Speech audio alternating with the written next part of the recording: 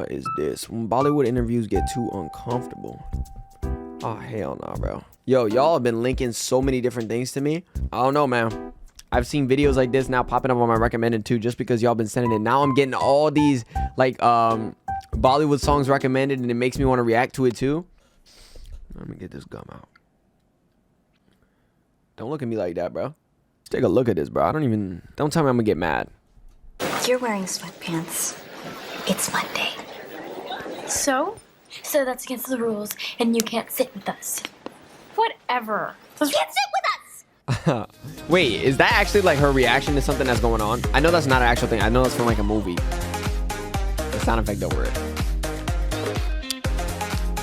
Hey, Tried&Refused Productions, shout out to them. When the cast of Archies was being launched in India, there was extensive and intense media training that the cast was going through. This was in order to protect them from the wrath of the new landscape of media that is ruthless when it comes to dissecting statements of actors, especially if they come from film families. Okay. If you notice the promotional campaign of Archies, the appearance of the actors, especially the products of nepotism, was heavily curated and controlled. This was almost a soft landing approach so that the audience gets a glimpse of them rather than a sense of annoyance creeping in with the saturation of their appearances. As Hira Mandi was one of the most marketed projects from Netflix this year, Shaman Sehgal, an actor only a film old, found herself to be in the midst of actors who have way more acting experience than her. This in turn naturally makes you believe that there would be a sense of knowing one's place and not interjecting on especially professional topics when an actor who has more experience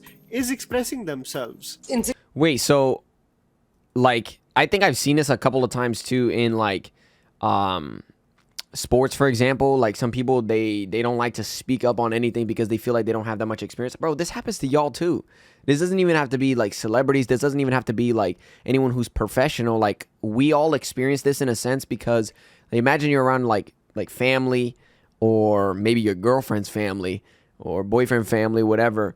You feel very like, you know, like a shell, almost like, ooh, what if I say the wrong thing that they don't agree with because they're the ones with the experience? Like things like this happen. It's like it's a human thing that we all do. And insecurity mein maza hai.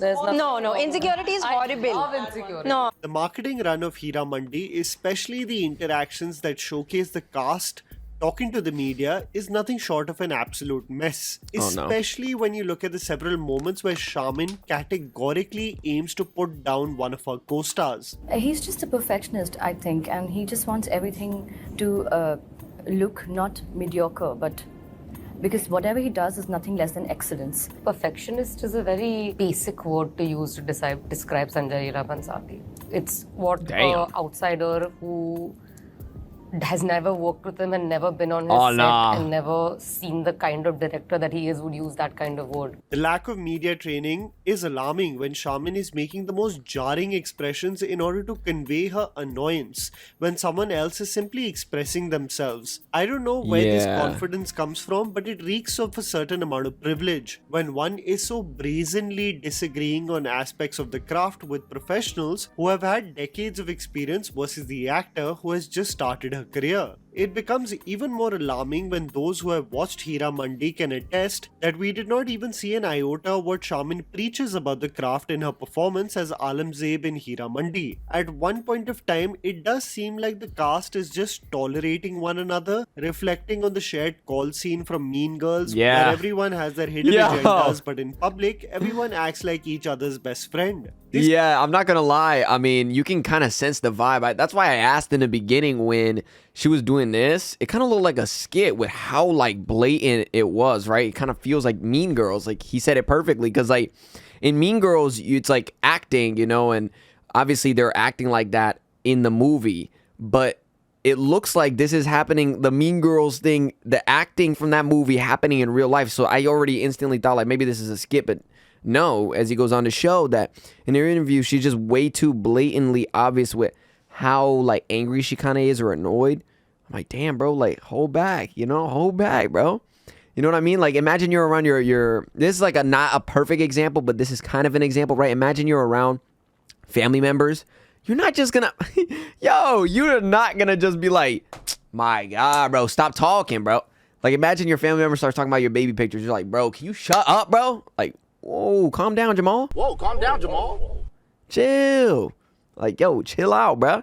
Like, it's too obvious. Like, you gotta hold back some of these feelings sometimes. Like, pick your battles type of thing. This made me think about Janhvi and Rajkumar's discussion with Karan Johar for Mr. and Mrs. Mahi. While the discussion annoyingly repeated the same topics of nepotism, privilege, and the non-existence of camps, reflecting on the out-of-touch assessment most insiders have on simply what it takes for outsiders to make it, I found Janhvi in the discussion extremely self-aware and acknowledging the talent she was sharing the couch and screen with, and how grateful she is for these opportunities, and especially shedding light on the fact that only her work can prove her place in the industry. This is in contrast to the lack of self-awareness with Shamin and the cast of Heera Mandi, making my jaw drop in several instances of the interviews where maybe, just maybe, she felt the constant need to prove herself as she was surrounded by such experienced actors. The feeling of incompetence often leads to projection of energy, all a means to prove oneself, not realizing you're trying too hard and often come across as insensitive and lot of people do that. rude. This made me think about several instances where interviews with celebrities simply get too uncomfortable, either due to the line of questioning, the topic my boy at Two hand, Fingers, or statements by actors that just seem tone deaf or simply preposterous. You know what a big fan I am of Hrithik Roshan. I consider him to be one of my biggest inspirations, or why I started dancing, or why I fell in love with the performance arts. But whenever someone asks me what is Hrithik's worst performance in his entire career, I tell people it's when he decided to sit in front of Arnab Goswami for an interview. Never have I seen Hrithik be so uncomfortable, so media trained, with rehearsed key responses than in this interaction. There's no relationship. We had a good time. Sorry to be keeping on asking you this question again. I have never met this person one-on-one in my entire life. You have never met her one-on-one? In my entire life. Well, then this is crazy. The interview conducted with the purpose of simply denying any association with Kangana Ranaut is tough to sit through. I remember seeing it for the first time and thinking anything but sitting with Arnab would have sufficed. A controlled press conference, a public statement with receipts, anything but a 2-hour sit down where you pretend to be strangers with your two-time co-actor. That you're writing these emails faking it to yourself, or she's writing the emails faking it to us? One of us definitely. So one of you certainly needs oh my gosh. It could be. He kind of is interrupting him too. Are you being funny? I should not. There's no way. He's trolling, right? Is he trying to do this like on purpose? Or is he trying to make him uncomfortable on purpose? Or is this legit like he actually acts like this? Oh, hell no. I would have been... Okay. Is it just me, bro? But like if I was in this interview, I would have been like, dude, are you all right? I would have asked him, are you good? Like, I don't know, bro. I'm feeling something weird between us, bro. Like, you acting funny. Like, you know what I mean? Like, you asking me if I'm funny. Like, you're acting funny. Like, why are you interrupting me, bro? Isn't this an interview? Like, are you being funny? I should not. Speculations and assessments can be created about what may have transpired between the two actors, but this 1 hour and 52-minute interaction is painful to say the least. I would rather watch Main Prem Ki Deewani Hoon again. Tying back into what we first started talking about, and that is a lack of self-awareness regarding Shamin's statements with the Heera Mandi cast, I can't help but create parallels with so many of Sonam Kapoor's interviews. This was the time when the actor genuinely felt that she was causing waves as a star, while everyone remembers the infamous interaction with Rajkumar Rao, where Sonam is trying to convince the actor that she has had similar struggles to make it in the industry. I swear Rajkumar puts forth his best performance in the interaction. No, I just feel bad when somebody is so bad, and I still have to see him or her in 25 films just because he's somebody's son or daughter. I don't think the industry is that forgiving though, unless the father has like tons of money and they're constantly producing films on the person. Achha. But nothing beats her statement on Coffee with Karan. When talking about good actors, she really had a tone-deaf statement. But does that bother you when they talk about other actresses more in the acting department? Well, you know the thing about the industry is if you're not good looking, they think you're a good actor. Yeah. Also, when talking about the impact that she had globally, it seemed like when influencers create badass edits with music and post it on their own profile. Where people, and being considered an icon in my 20s. Right. When people like in their 40s or after they die are considered icons, I think it's amazing. You know, recently just seeing Shah Rukh Khan celebrate the KKR win just made my heart happy. I don't know what it is about seeing him celebrate that makes me root for more of the same in the future. SRK, it's probably reflective of love the terrible SRK. few years he had before the pandemic, where everyone wrote him off, and how his comeback has led to probably his most financially successful reign in his entire career. He's awesome, Just bro. to see him embrace his family, Gautam Gambhir, and the team was so wholesome. But I will also never forget seeing Abraham in the visuals on how SRK was hounded during the process of surrogacy just over a decade ago during the promotions of Chennai Express. Media reports were disgusting, theorizing the legitimacy of the process and putting into question the identity of the mother. Would request everyone, including the concerned authorities, to show the same alacrity in finding out and doing the enthusiastic investigation they are doing upon my baby, upon other things. It formulated a terrible environment and horrible line of questioning for what was essentially a happy moment for the family. I found it so uncomfortable when SRK had to address the same on something that is so sacred and private. When the sad part of it gets over, of course, I'll share everything with you. So God bless you. This is the last question. This one is, get on the train, baby. My baby will talk some other time. I don't think Karan Johar would have ever expected to have his foot in his mouth on his own talk show. Revisiting the time Kangana and Saif Ali Khan shared the couch together talking about Rangoon, one couldn't help but feel the animosity and the lingering anger that was simply brewing, waiting to be expressed. You know, you'll play that stereotypical Bollywood biggie who is like, you know, very snooty and completely intolerant to outsiders and, you know, intolerant to the word. Flag bearer of nepotism, the movie mafia.